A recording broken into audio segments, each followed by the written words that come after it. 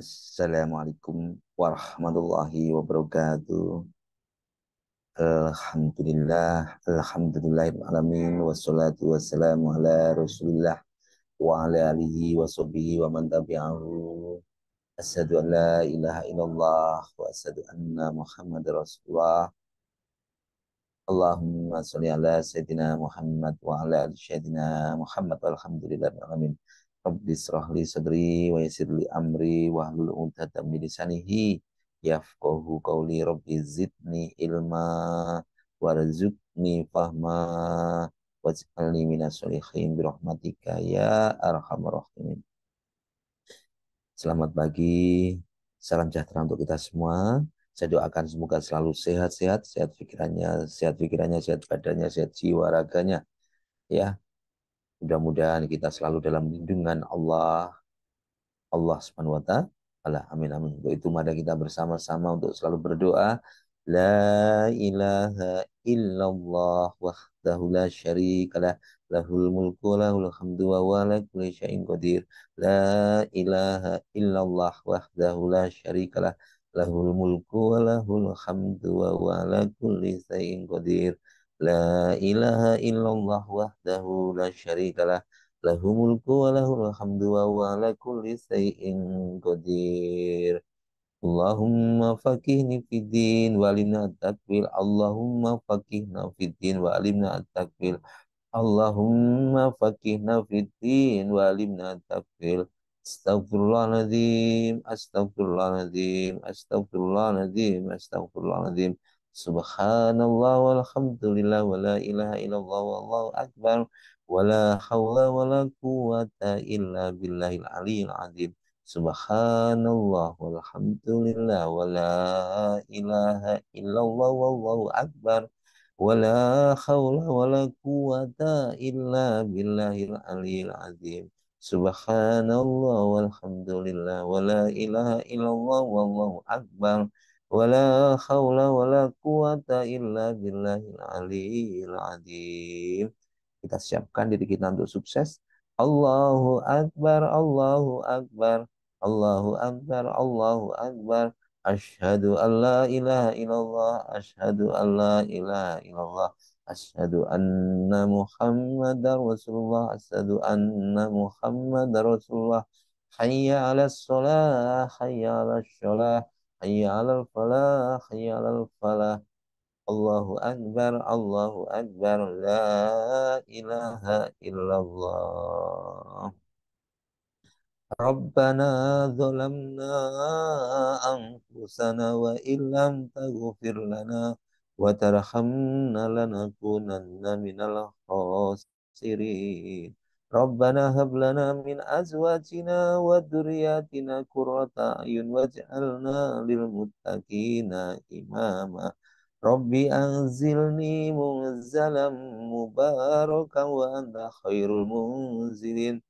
Rabbana innaka jami'un nasi liyaumin la raiba fihi innallaha la yuhibul mi'ad.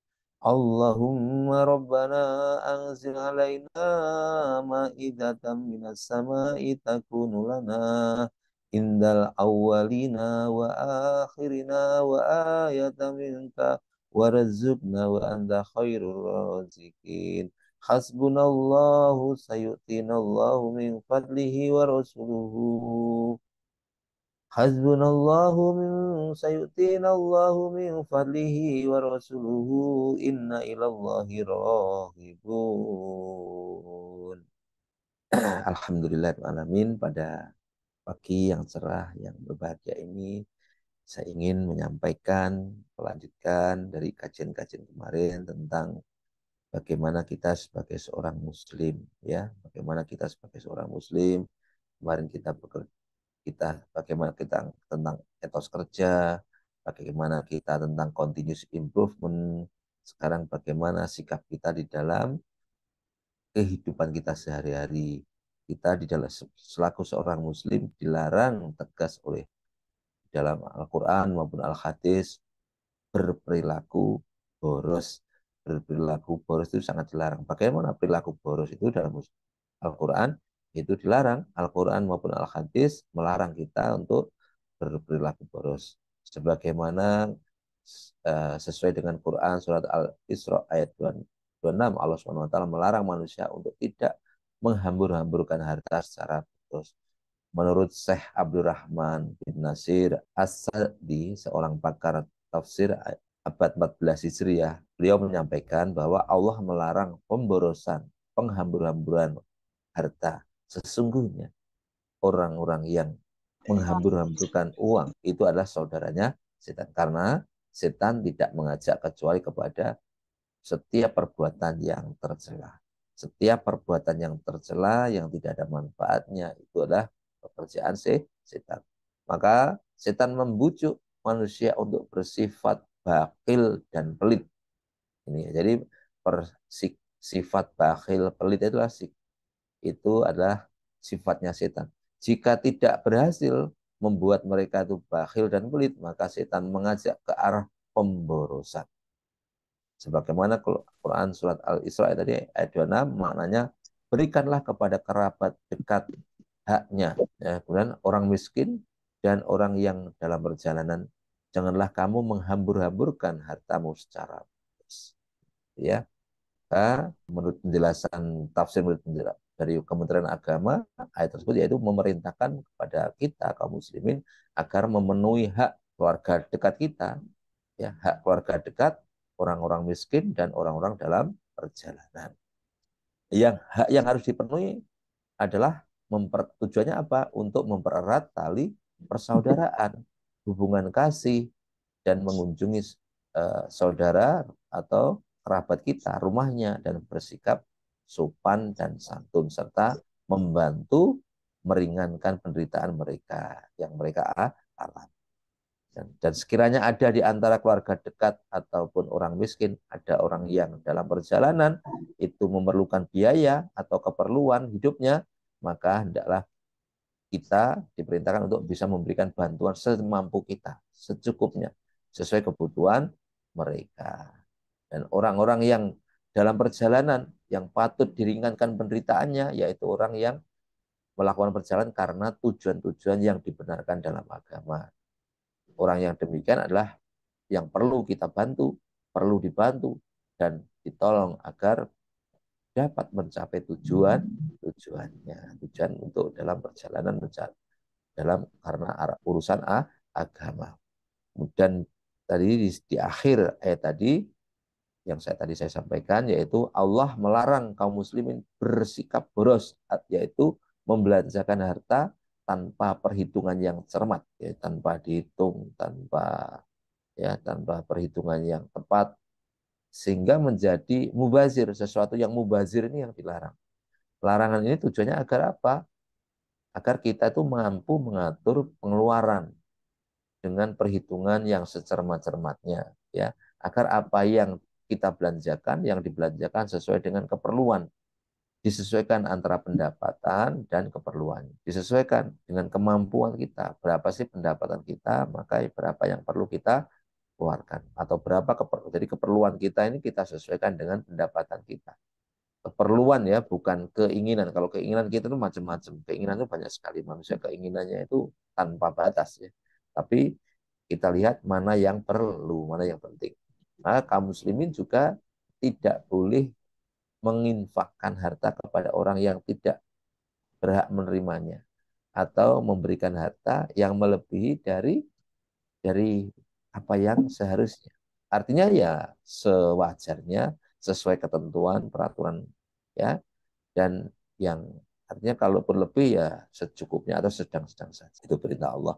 Juga Allah Subhanahu wa taala menerangkan sesuai dengan firman-Nya Quran surat Al-Furqan ayat 67 yang maknanya termasuk hamba-hamba Tuhan yang Maha Pengasih, yaitu orang-orang yang apabila menginfakkan. Saya ulang lagi, termasuk hamba-hamba Tuhan yang Maha Pengasih, orang-orang yang apabila menginfakkan harta mereka tidak berlebihan dan tidak pula kikir, di antara keduanya yang wajar. Jadi di antara keduanya berarti tengah-tengah, tengah-tengah. Tidak terlalu banyak juga tidak terlalu sedikit.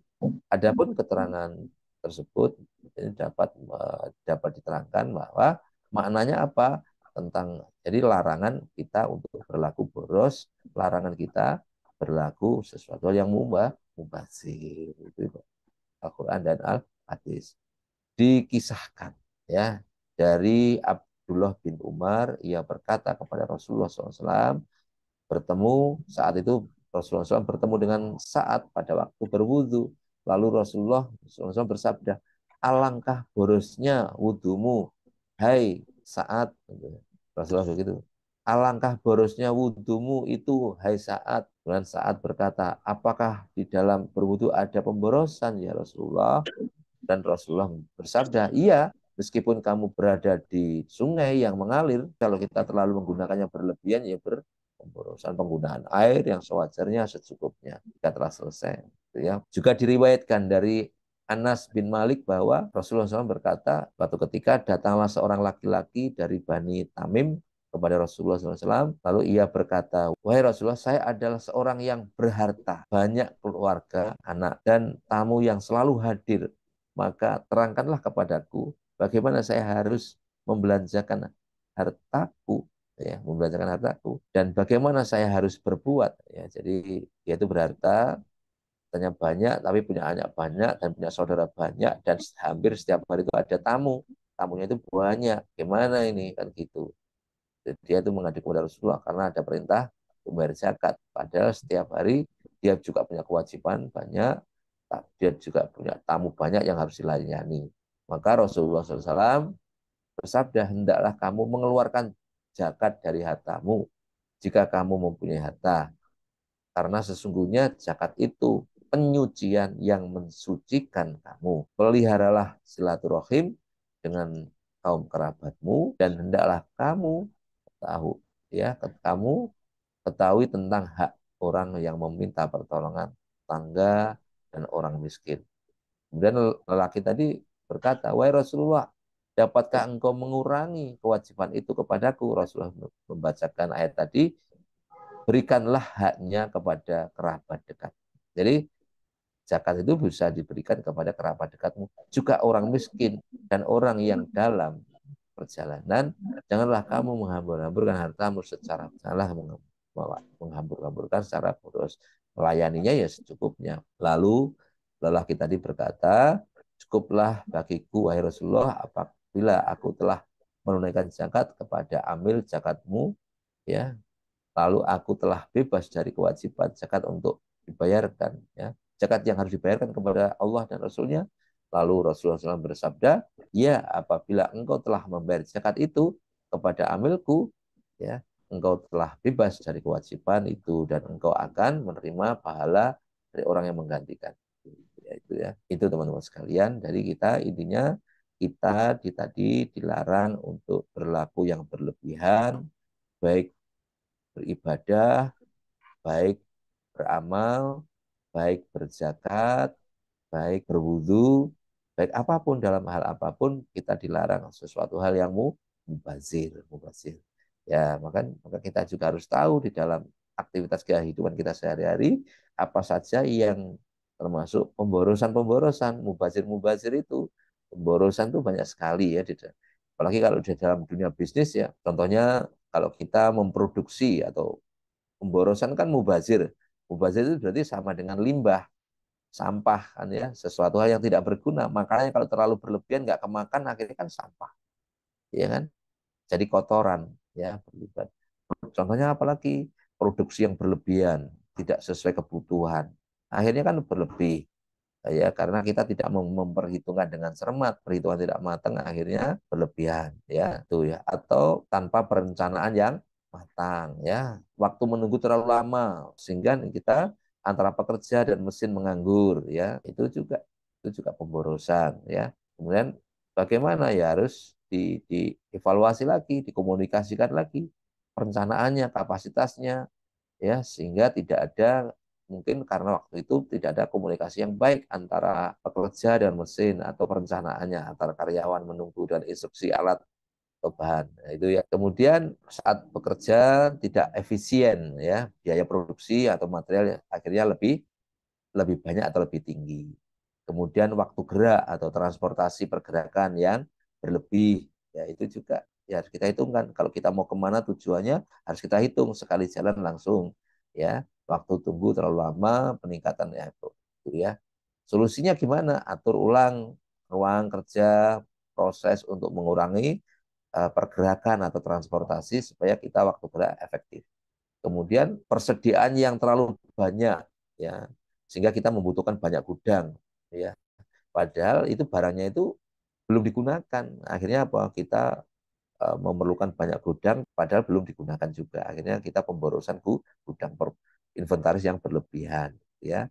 Cara mengatasinya gimana? Gimana ya? Kita harus atur inventarisasi perputaran tadi secara fisik, secara rutin, secara ini ya. Jadi kita harus turun langsung memelihara apa-apa saja yang nanti kalau terlalu berlebihan kan bisa barang bisa rusak juga karena tidak langsung digunakan ya. Kemudian tadi kalau tadi kan sudah ada transportasi, kalau ini transportasinya arahnya jauh, kalau ini pergerakan ya dalam berbicara moving, pergerakan orang aktivitas yang tidak diperlukan, kita gerakan-gerakan kerja yang tidak memerlukan itu ya contoh ya mencari barang kalau setiap kita mencari butuh waktu lama itu ya harus maka itu perlu penataan perlu penataan ulang. Solusinya apa? Memperbaiki tata letak ruang kerja agar prosesnya lebih cepat. Kemudian kadang-kadang kita juga bekerja banyak salahnya, banyak salah kita cacat produk, ya kualitas produknya banyak yang salah, itu kan terjadi pemborosan juga. Maka perlu disetting, diatur ulang bagaimana supaya nanti tidak terjadi pemborosan. Ngeprint salah, supaya salah tidak salah apa? Ngeprintnya pakai kertas jelek dulu dipastikan kan gitu ya. Kalau sudah betul, kalau sudah dikontrol dulu, sudah betul baru diproses dengan kertas bagus. Tapi itu pun juga terjadi pemborosan. Kenapa? Berapa tinta yang telah dibuang kan untuk kalau terjadi salah-salah lagi itu ya. Nah, nanti kan juga menjadikan kertas banyak. Jadi disetting, dikira-kira tadi posisinya di mana supaya nanti mungkin kertas bisa kita efisienkan, tapi tinta dan printer itu juga terjadi pemborosan. Nah, itulah perlu perlu pengaturan ulang atau perlu kita memperhatikan. Yang berikutnya yaitu keterampilan karyawan yang mungkin keterampilan yang tidak efektif, banyak melakukan banyak kesalahan, maka kita bagaimana harus memanfaatkan sumber daya manusia SDM-nya ini yang betul-betul kita tingkatkan kemampuannya supaya apa tidak melakukan banyak kesalahan. Jadi kita berikan pelatihan dan seterusnya itu ya itu juga terjadi pemborosan. Maka langkah-langkah dari semua tadi yang perlu kita lakukan ya apa kita lakukan kalau di dalam 5R yaitu gemba. Gemba itu turun langsung ke lapangan atau kunjungan-kunjungan ke lapangan. Jadi kita jalan, jalan, gemba waktu yang mengamati dengan hormat bertanya kenapa demikian, mengevaluasi, evaluasi ya. Nah, itu tadi seperti Rasulullah tadi melihat ada orang wudhu terjadi pemborosan, kenapa seperti itu? Jadi ini ya itu ya. Prinsipnya apa? Kemudian pergi melihat, bertanya mengapa, ingin tahu dan mengajukan pertanyaan, memiliki pola pikir yang kolaboratif ya. Dan kita gunakan daftar-daftar, kita daftar periksa atau kita foto, kita gunakan teknologi untuk checklist baik ya. Dan kita lakukan secara berkala, mungkin 1 bulan sekali teman-teman bisa lakukan keliling ya, keliling ke antar divisi tadi itu kita evaluasi ulang keuangan kita, pengaturan kita jangan sampai terjadi pemborosan-pemborosan. Saya rasa itu teman-teman sekalian karena ini kita lakukan ini karena juga perintah Allah Subhanahu wa taala dan kita implementasikan baik dalam kehidupan pribadi maupun dalam dunia bisnis, dunia kerja kita masing-masing. Semua kebenaran datang dari Allah dan kesalahan itu dari saya pribadi. Mari kita bersama-sama berdoa untuk hajat kita, hajat orang tua kita, saudara kita. Semoga hajat-hajat kita dikabulkan oleh Allah Subhanahu wa taala. Al-Fatihah. A'udzu billahi minasyaitonir rajim. Bismillahirrahmanirrahim. Alhamdulillahi rabbil alamin. Ar-Rahmanir-Rahim. Maliki yaumiddin. Iyyaka na'budu wa iyyaka nasta'in. Ihdinas siratal mustaqim. Siratal ladzina an'amta 'alaihim ghairil maghdubi 'alaihim waladdallin. Amin. Silakan lanjut. Bismillahirrahmanirrahim.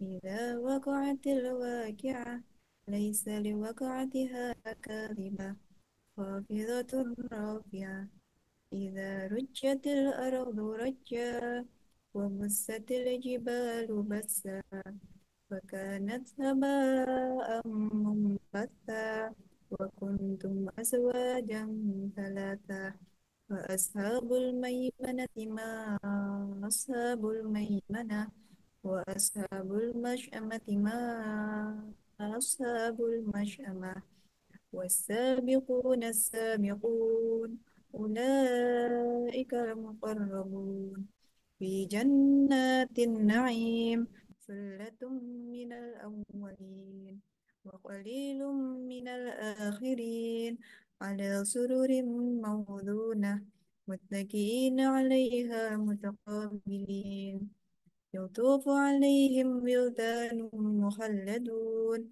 بأكواب وأباريق وكأس من معين لا يصدعون عنها ولا ينزفون وفاكهة مما يتخيرون ولحم طير مما يشتهون وحور عين كأمثال اللؤلؤ المكنون جزاء بما كانوا يعملون لا يسمعون ولا تأثيما إلا قيلا سلاما سلاما وأصحاب اليمين ما أصحاب اليمين في سدر مخضود وذلح ممدود وذل ممدود وماء مسكوب وفاكهة كثيرة لا مقطوعة ولا ممنوعة وفرش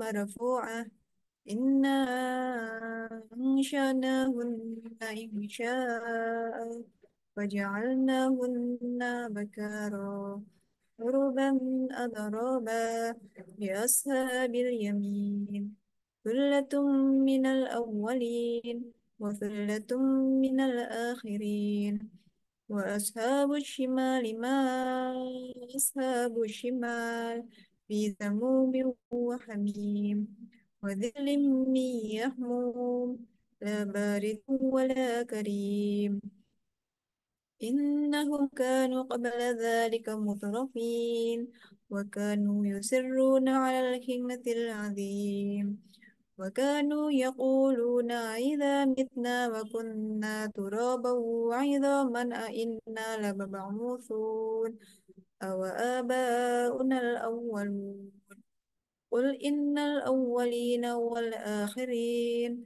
لمجموعون إلى ميقات يوم معلوم ثم إنكم أيها الضالون المكذبون لآكلون من شجر من الزقوم فمالئون منها البطون فشاربون عليه من الحميم فشاربون شرب الهيم هذا نزلهم يوم الدين نحن خلقناكم فلولا تصدقون أفرأيتم ما تمنون أأنتم تخلقونه أم نحن الخالقون نحن قدرنا بينكم الموت وما نحن بمسبوقين على أن نبدل أمثالكم وننشئكم فيما لا تعلمون ولقد علمتم النشأة الأولى فلولا تذكرون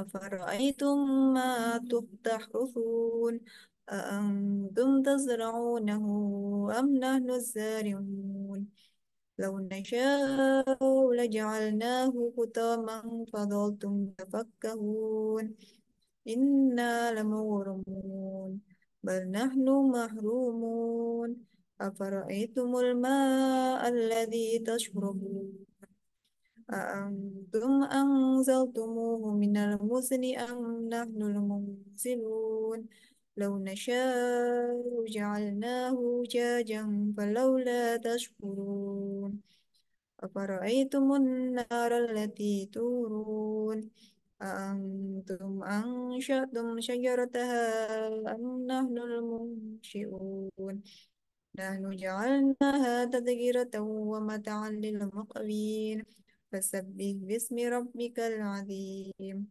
فلا أقسم بمواقع النجوم وإنه لقسم لو تعلمون عظيم إنه لقرآن كريم في كتاب مكنون لا يمسه إلا المطهرون تنزيل من رب العالمين أفبهذا الحديث أنتم مدهنون وتجعلون رزقكم أنكم تكذبون فلولا إذا بلغت الحلقوم وأنتم حينئذ تنظرون ونحن أقرب إليه منكم ولكن لا تبصرون ولولا إن كنتم غير مدينين ترجعونها إن كنتم صادقين فأما إن كان من المقربين فروح وريحان وجنة نعيم وأما إن كان من أصحاب اليمين فسلام لك من أصحاب اليمين وأما إن كان من المكذبين الضالين فنزل من حميم وتسلية جحيم إن هذا لهو حق اليقين فسبح باسم ربك العظيم صدق الله العظيم